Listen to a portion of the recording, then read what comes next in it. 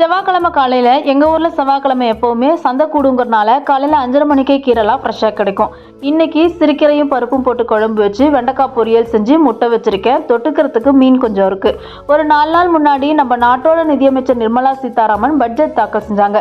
எத்தனை லேடிஸ் இந்த பட்ஜெட் தாக்கல் செஞ்ச போது டிவி முன்னாடி உட்காந்து நியூஸ் பார்த்தீங்கன்னு சொல்லி தெரிஞ்சா கமெண்ட்ல சொல்லுங்கள். எதுக்கு சொல்கிறேன்னா, பெண்களில் பல பேர் பிக் பாஸ் ப்ரோக்ராமுக்கும் சீரியல்ஸ்க்கும் கொடுக்குற இம்பார்ட்டன்ஸை நம்ம நாட்டோட பொலிட்டிக்கல் இஷ்யூஸ் பற்றியும் எக்கானமி பற்றியும் பேசுகிறதுக்கோ தெரிஞ்சுக்கிறதுக்கோ தயாராக இல்லை. ஆண்களை விட பெண்கள் தான் குழந்தைகளோட அதிகமாக டச்சில் இருக்கும். அப்படின்றதுனால நாம் இந்த பிரச்சனைகளை பற்றி தெரிஞ்சுக்க வேண்டியதும் இதை பற்றி நம்ம குழந்தைகள்கிட்ட பேச வேண்டியதும் ரொம்ப ரொம்ப முக்கியம். அதனால் குழந்தைகளுடைய நாலேஜை நம்மளால கெயின் பண்ண முடியும். சரி, பட்ஜெட்னு வந்ததுக்கப்புறம் உங்ககிட்ட ஒரு கேள்வி கேட்குறேன்.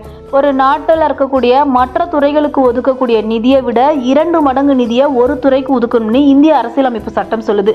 அது எந்த துறை அப்படின்னு சொல்லுங்க. ஒரு க்ளூ என்ன அப்படின்னா, இந்த முறை 73,000 கோடி அந்த துறைக்கு நிதி ஒதுக்கி இருக்காங்க.